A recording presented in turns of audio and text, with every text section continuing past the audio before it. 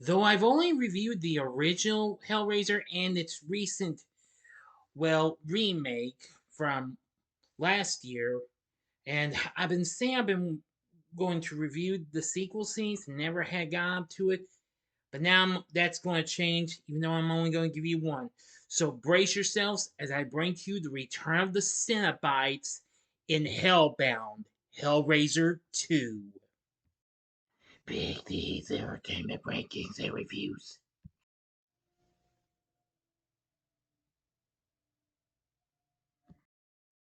So, greetings, my fellow YouTubers, and welcome to Big D's Entertainment Rankings and Reviews. My name is Joel, better known to you as the Big D, and this time around I bring to you a review of the 1988 supernatural horror flick Hellbound, Hellraiser II, released by New World Pictures, directed by Tony Randell, starring Clare Higgins along with Ashley Laurence, Kenneth, Cranham, and Doug Bradley as Pinhead, the second film in the Hellraiser franchise. It draws heavily upon and was made by much of the same cast and crew as its precursor, which was released a year before. Laurence reprises her role as Christy Kine, who is into a psychiatric hospital after the events of the first film. There, the head doctor unleashes the Cenobites, a group of masochistic, I'm sorry if I mispronounced the word, beings from another dimension.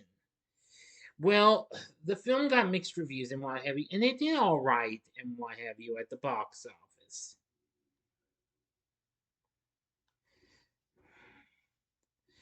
But first, before I get into this, if you didn't see my review of the first Hellraiser film that I did like a couple of years ago, 2 or 3 years ago, I think it was 2 years ago, click on that card and you can see my review of that before you go into this. Just wanted to give you a few seconds. Alright, let's begin. In the past, British military officer Elliot Spencer is transformed into the Cenobite Pinhead after opening the Lament configuration. Shortly after her father is killed by Frank Cotton, Christie is admitted into a psychiatric hospital. Interviewed by Dr. Channard and his assistant Kyle McRae, she tells her account of the events and pleads with them to destroy the bloody mattress that her murderous stepmother Julia died on. After hearing Christie's story, Dr. Channard, who is secretly obsessed with the lament configuration, has the mattress brought to his home and convinces a mentally ill patient to lie on it and cut himself with a straight razor.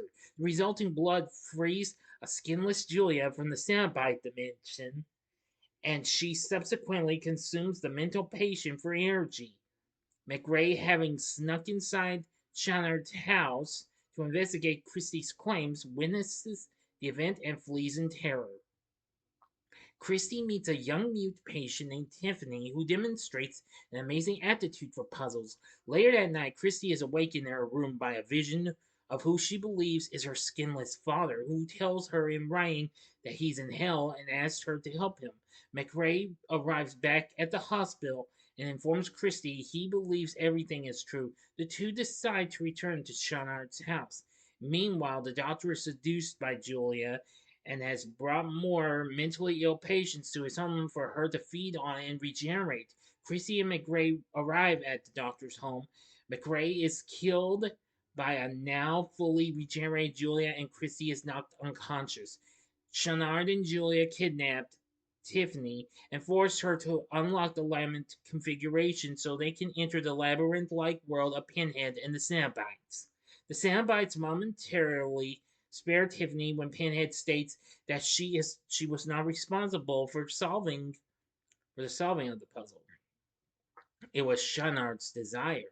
In hell, the entity Leviathan, in the shape of a gigantic elongated diamond, rotates in space above the labyrinth, shooting out black beams which make Channard remember some of the atrocities he committed. Julia calls Leviathan the god of flesh, hunger, and desire, the lord of the labyrinth. Christie, who now possesses the labyrinth configuration, follows him in. Pinhead and the other Cenobites find Christie and tell her she is free to explore. Julia betrays Channard to Leviathan to be turned into a Cenobite. As Channard screams During the procedure, Julia reveals that she has a mission to bring souls to Leviathan, including Shenard's. Christy encounters Frank Kyan in the labyrinth, who reveals that he tricked her by pretending to be her father. Julia appears and destroys Frank in revenge for killing her, allowing Christy to escape, and Julia is then killed by a vortex that opens within the labyrinth, leaving only her skin behind. Ooh. Alright, now for the ending. As always, you know the procedure. You have 5 seconds to stop this video. Go to the description box below and fast forward to the time below. If you've seen the movie already, please continue once the time's up. Here we go.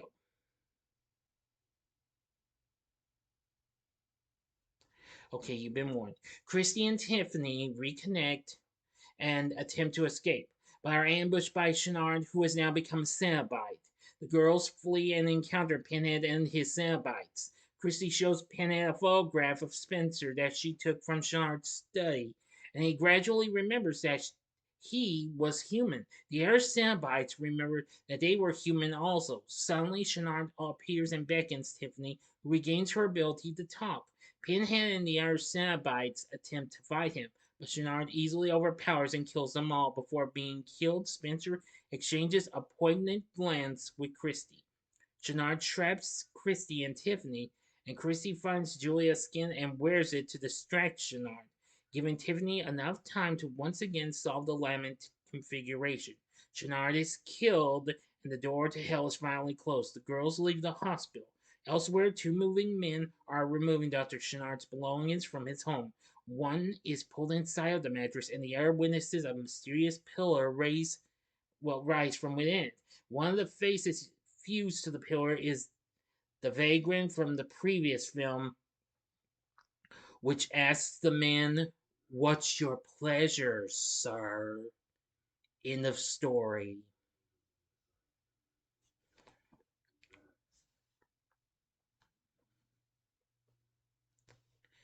So, what did I think of Hellraiser 2?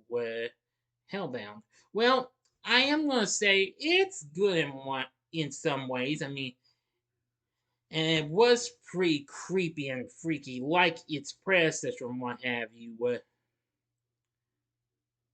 Now, Clive Baker, who wrote the original story, he attributed this referring explicit displays of the grotesque rather than hinting at it for the MPA to give it an R rating in ways.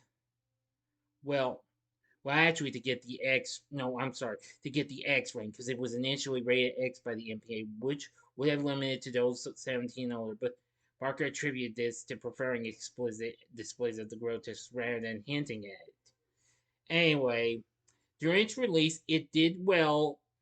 It didn't quite come close to its predecessor. It made 12.1 million here in the about 12.1 million in the US. It got 50%. It's at 50% on Rotten Tomatoes, and they say while it retains the twisted visual thrill of its predecessor, although scenes in the plot are already starting to show. Yeah, the story is alright and what have you. The Chicago Sun-Times says is some kind of avant-garde film strip in which there is no beginning, no middle, no end, but simply a series of gruesome images that can be watched in any order. The New York Times wished for more plot and less silly effects. Ogling strange creatures is the film's true reason for being. And the LA Times said it was faster and campier than its predecessor, more of an action adventure picture this time around, if still an exceptionally grisly one. Well, yes, I agree. The story was fine, what have you. Not really that great, though. There was an alternate script with Christie's father, Larry, exists, which was written before Andrew Robinson declined to reprise the role. And many reasons were given for this, including disagreement over fees and a clash of schedules, although nothing has ever been confirmed. Excuse me. And Dr. Shenard was originally called Dr. Malahide, but this was changed by the director, and it was revealed in the documentary Leviathan, the story of Hellraiser and Hellbound, from Andrew Robinson that he was not a fan of the script and decided to not return as his character was finished anyway.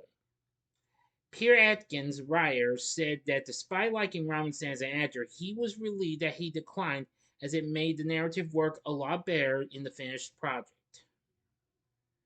That's completely understandable. It made its premiere at the Toronto International Film Festival in September 1988 before it got released in the US before Christmas, on December 23rd, 1988. So henceforth, I'm early for the 35th anniversary of this film. The score for the film was from Christopher Young, and it was fine too. Now, as for cast, we have Clare Higgins as Julia and Ashley Laurence as Christy. They were both pretty good. Kenneth Cranham played Dr. Chenard. Imogen Boorman played Tiffany. She was very good. Doug Bradley appears as Pinhead once again. That's when he was credited as, unlike the first film. Nicholas Vince plays the Chatterer, another Cenobite. Simon Bamford played the Cenobite known as Butterball, and Barbie Wilde played the female Cenobite. Son Chapman played Frank, and Oliver Smith played Mr. Browning and the skinless version of Frank. And William Hope played Dr. McRae. So anyway, I will say the cast isn't too bad and what have you. Well, I can't really guarantee it's my favorite of all of these films because even though I've only seen all the other sequels from Hellraiser just one time, well, with the exception of the next film, Hell on Earth, which I've also only seen once, but I've come to like, but I actually liked it on my first time watch. But if I haven't to watch it again, I will review it maybe in the future, possibly next October. We'll see. Let's not jump too far ahead yet, but it could happen. Anywho, Hellbound Hellraiser 2, well, it's factually close, factually all right. Well, all right, and what have you. Maybe not quite close to as good as its predecessor, but it tried to do its best. Its story's fine, the score is pretty good, and the cast isn't too bad. But anyway, with everything said, would I recommend Hellbound Hellraiser 2? I would say, well, sure, go ahead. Or, well, better yet, give it a one time watch if you're a hardcore completionist. Now, of course, soon this was followed by Hellraiser 3 Hell on Earth, which came out 4 years later. If I if I'm not mistaken. Yeah, yeah, just about 4 years. Yeah, 4 years later.